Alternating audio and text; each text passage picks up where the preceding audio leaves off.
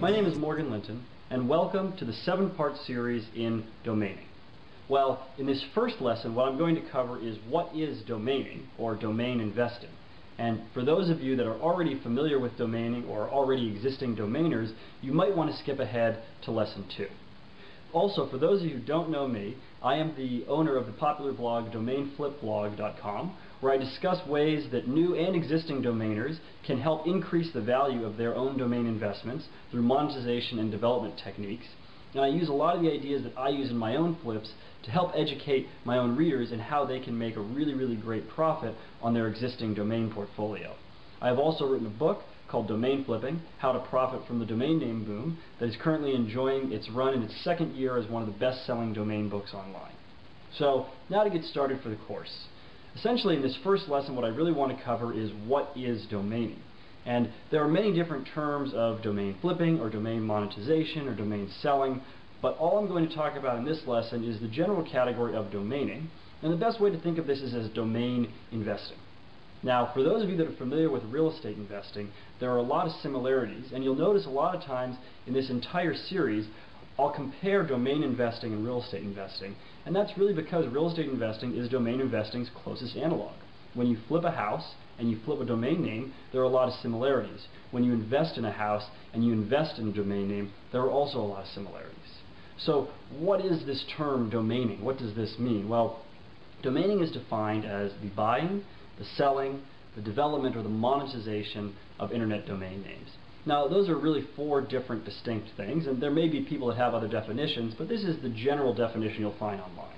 Well, buying a domain name, that simply means purchasing a domain, either by registering it, buying it from another user, or buying it through a listing service like Sado or Afternic or Snapnames. Selling a domain, well, this means actually selling an internet domain name. Now, a domainer or a domain investor would like to sell a domain for more money than they paid for it, just as a real estate investor would like to sell a house for more than they paid for it. One of the big differences between real estate investing and domain investing is that with real estate investing, you're oftentimes trying to sell the house for a 20%, 30%, maybe even 40% return on your investment. It's very rare that you're going to sell your house and make double your money. Well, in domain investing, if you only double your money, then you are failing at actually growing that domain investment. Most domain investments that we make and the professional domain investors make will oftentimes make 10 or more times their initial investment, and that's a huge difference. Now, another thing to realize is that a lot of these are smaller investments. So when you're buying a house, spending $200,000, that is a pretty reasonable amount to expect to spend, and on the low end in most major markets. Whereas for a domain name, $200,000 would be a lot to spend. $2,000 might be a bit more reasonable. So when we're talking about growing investments at a 10x or a 20x pace, please remember that these are on smaller numbers. You're not making millions of dollars at every sale, but it's not out of the question to make tens or even hundreds of thousands of dollars with every sale if you have good domain names and you know how to grow those investments the right way. So when you're selling a domain name, there's a few places you can sell. There's Sado, Afternic, and Snapnames if you want to go through a listing service. And this is similar to selling a car online. You essentially put all the information in about your domain, and then interested buyers that are looking for domains in that category can find you through a listing service. You can also sell your domains through a forum like DN Forum or NamePros. These are very popular domaining forums where domainers are out talking to each other and looking for good deals. The one thing to realize is that they're looking for good deals. If you're going to sell a domain through a forum, you'll oftentimes find that you're giving it away for the lowest price. This is almost like sending your car to auction.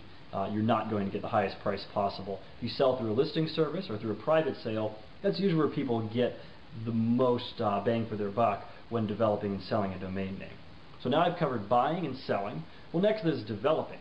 When you're domaining, you're also developing a domain name, and this is where investors also get their hands dirty in the same way that domain flippers do. Well, if you've watched any shows about domain flipping, one thing you'll notice is what the flipper does is they go in and pick out all the different things they want to change in the house, and oftentimes they get their hands dirty and do some of the grunt work themselves. Well, the same is true of domaining or domain investing, because when you have a domain name and you want to increase the value of that domain, well, what you really want to do is increase the number of visitors that are coming to the domain and increase the amount of revenue that domain makes. Those two metrics, visitors and revenue, are the key to getting top dollar for your domain name.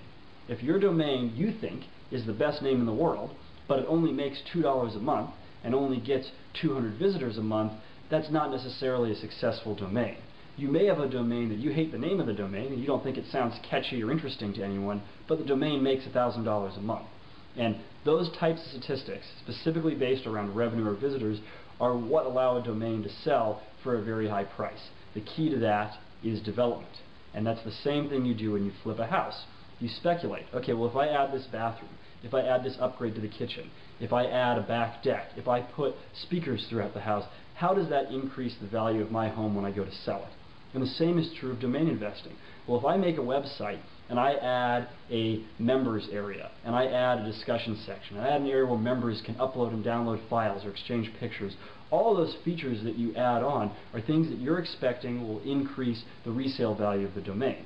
The nice thing is that unlike a house flip, when you are flipping a domain name or developing a domain name, whatever you want to call it, you are actually generating revenue at the same time.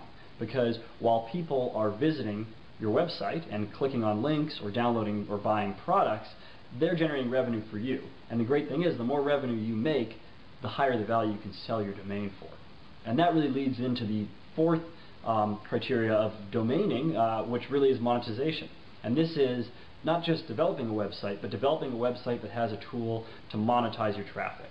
Whether it's Google AdSense, so that when a user comes to your site and they're reading information, they can click on a link on the side to get more information, and in that way you're serving as a portal for them, but you're also being paid when they click on that link, to also selling things like Amazon content. You can sell books, videos, DVDs, everything directly through Amazon and provide visitors to your website with information that they may be looking for.